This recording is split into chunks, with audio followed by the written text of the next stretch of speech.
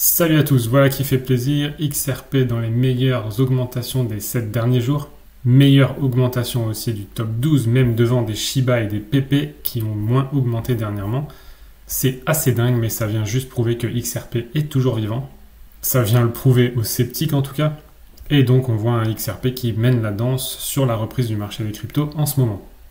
Alors BTC, bon c'est quand même le king, toujours le king qui mène la danse globale sur les crypto-monnaies. Donc par rapport à ma vidéo de la dernière fois, on est bel et bien sorti enfin de ce canal baissier pour attaquer un nouveau canal haussier. Ici on a de la résistance à ce niveau-là.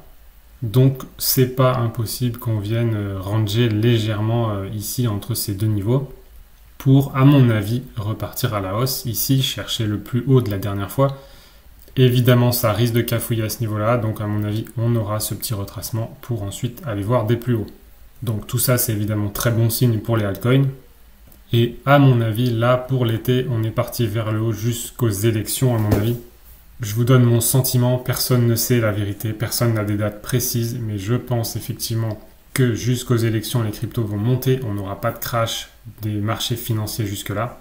On aura peut-être une explosion de XRP, donc entre cet été et septembre, si effectivement l'affaire se termine en septembre, comme ça a l'air de spéculer un petit peu en ce moment. Mais là aussi, rien n'est sûr, on ne sait pas. Donc faites toujours vos scénarios pour le pire et le meilleur. Du coup là, en ce moment, XRP est dans une bonne reprise. Mais ici, on voit qu'on est encore à rien d'extraordinaire. Je commencerai à crier un peu victoire quand on aura passé les 0,8. Et à mon avis, on peut aller voir les 1,3 par là ici.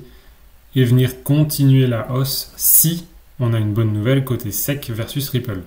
Sinon, à mon avis, on va rester dans ces zones-là. Donc, pas de quoi s'exciter de trop en ce moment. De toute façon, vous devez avoir votre bac de XRP qui est pareil au décollage. No stress. Vous pouvez essayer de prendre des petits profits sur le chemin pour essayer de rentrer un peu plus bas. Moi, c'est ce que je fais. Mais n'oubliez pas, avec XRP, il y a toujours un risque que ça se mette à monter d'un coup.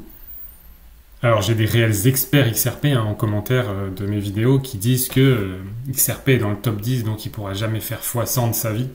Mais ces gens-là qui ne croient pas du tout en XRP sont quand même là à regarder des vidéos XRP. Donc on peut se demander pourquoi, à part évidemment leur peur qu'on ait raison finalement. Donc surtout, écoutez-vous, écoutez vous-même, vous investissez pour vous. Donc écoutez-vous vous-même en priorité. Prenez des avis, mais prenez toujours vos propres décisions. Donc pour revenir sur mon sentiment de fin d'année, je pense effectivement qu'on va avoir des montées de crypto-monnaies jusqu'aux élections, globalement. Après, on pourrait avoir une poussée extraordinaire de XRP si on a une bonne nouvelle en septembre, par exemple, ou d'ici septembre. Et après les élections, donc normalement on sera vers novembre-décembre, à mon avis, là, il va falloir alléger ses positions en crypto parce que ça peut chauffer début 2025. Je pense de toute façon que Trump va gagner, c'est déjà fait. Il s'est fait un gros coup de pub avec cette tentative d'assassinat. Alors là aussi, je ne vais pas m'étaler dessus puisque ça reste des informations biaisées. On peut y mettre l'interprétation qu'on veut. Est-ce que c'est une mise en scène pour faire parler de lui? Est-ce que c'est vraiment un tireur? Est-ce que c'est vraiment une tentative d'assassinat? Trump, c'est un gamin qui connaît les médias et qui adore jouer avec. Donc, on ne sait pas au final et on ne saura pas. Ce qu'on sait juste, c'est que ça fait parler de lui et ça le fait passer pour le gentil étant donné qu'il se fait tirer dessus. Et ça va avoir un impact excellent pour sa campagne et pour son élection. On notera aussi son apparition donc après avoir été guéri de sa blessure finalement.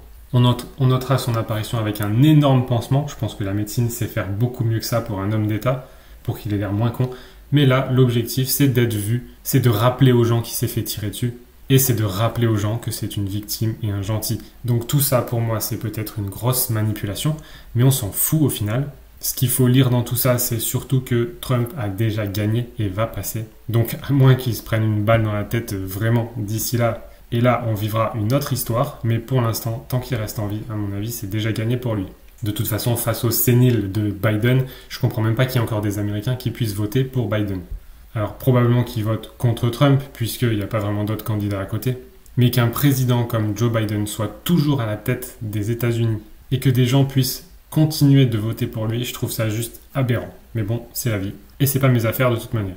Cela dit, ça a déclenché un petit élan de générosité chez Elon Musk, qui ne voulait pas officiellement prendre part au niveau politique, mais là, suite à ce qui s'est passé, il prévoit maintenant finalement, donc suite à la tentative d'assassinat, il prévoit maintenant de donner environ 45 millions de dollars par mois pour soutenir la campagne présidentielle de Donald Trump. Donc là, finalement, vous avez les deux personnages du monde de la politique et de la finance qui sont presque les plus connus et les plus médiatisés qui vont travailler de concert pour gagner ces élections. C'est pour ça que c'est gagné d'avance. Et n'oubliez pas que Elon Musk est pro-crypto, Trump est pro-crypto. Donc on a des super news au moins jusqu'aux élections et peut-être un petit peu après pour que la crypto monte à fond. J'ai mis quand même des réserves sur la suite puisque le monde est à feu et à sang en ce moment, il y a des guerres partout. Et ça ne m'étonnerait pas qu'on se dirige vers une crise majeure mondiale d'ici fin 2024 ou 2025. Et comme je dis souvent, même si vous sortez 1 an ou 2 ans trop tôt des marchés, vous aurez perdu que 1 an ou 2, mais une crise majeure comme celle qui risque d'arriver maintenant, ça va vous faire reculer de 5-6 ans si vous êtes toujours sur les marchés. Donc je pense que vous préférez sortir un petit peu plus tôt, c'est ce que je fais moi, plutôt que de reculer de 5 ou 6 ans l'année prochaine. Mais encore une fois, je ne suis pas Madame Irma, ça c'est ce que je pense. Et c'est à vous de faire vos propres choix. Prenez d'autres avis et faites vos propres choix. Côté Ripple et XRP, n'oubliez pas aussi qu'on a l'entrée en bourse de Ripple qui va arriver aussi incessamment sous peu dès que la SEC aura lâché l'affaire. On a l'ETF XRP aussi qui va arriver sur le marché. Le PDG de Ripple est hyper optimiste à ce sujet. D'ailleurs, je passe une note au passage pour dire que les médias, ça devient vraiment n'importe quoi. Ici, on a même les médias qui font des fautes d'orthographe sur leurs graphiques, sur leurs images, et qu'il n'y a même pas un relecteur qui a vu ça. Bref. Donc en tout cas, effectivement, l'ETF XRP arrivera donc d'ici fin 2024, plutôt arriverait fin 2024, voire 2025. Mais je pense effectivement qu'il est inéluctable et d'ici 2025. Et il y a des soupçons aussi que Elon Musk serait un peu le conseiller crypto de Donald Trump. Donc là aussi, c'est potentiellement n'importe quoi, il n'y a rien d'officiel à ce sujet. Et c'est d'ailleurs ce qui commence à me gaver dans le monde de l'information, que je vais ralentir légèrement parce que je perds trop de temps avec toutes les fausses informations à trouver la bonne et ça me gonfle. Et c'est pour ça que cette chaîne va migrer tout doucement vers du nouveau contenu, quelque chose qui me correspond beaucoup plus. En tout cas maintenant, parce que du coup récemment je me suis demandé mais pourquoi parler autant de XRP, pourquoi faire des recherches constamment, se tenir informé, pourquoi finalement ce besoin de convaincre. Et bien en fait après m'être posé un peu et m'être posé cette question, je pense que la réponse, c'est parce que j'avais probablement besoin de me convaincre moi aussi. Et je pense que la grande majorité des gens qui font ça publiquement ou sur les réseaux sociaux ont besoin de se convaincre aussi. Alors il y en a d'autres qui en ont rien à foutre, mais qui ont vu que ça fait des vues et des abonnés, donc ils en profitent. Mais au final, ils savent rien du tout, ils font que copier des informations et ils s'en foutent. Donc vous avez 90% des informations sur les réseaux sociaux qui sont bidons. Et là, récemment, j'ai comme ressenti un changement à l'intérieur de moi. Et d'un coup, c'est comme si j'avais plus besoin de me convaincre. Et du coup, j'ai plus besoin de convaincre personne en fait. Parce que moi, je suis convaincu. J'ai mes XRP, tout est paré. Et je vous suggère d'en faire autant. Et pour autant, j'ai plus besoin de vous convaincre de le faire. Donc ça devient de plus en plus difficile pour moi de faire des vidéos, de faire des recherches, de perdre mon temps à trier toute cette information merdique qu'on nous envoie tous les jours. J'ai plus envie de faire ça parce que j'ai plus besoin et envie de convaincre qui que ce soit.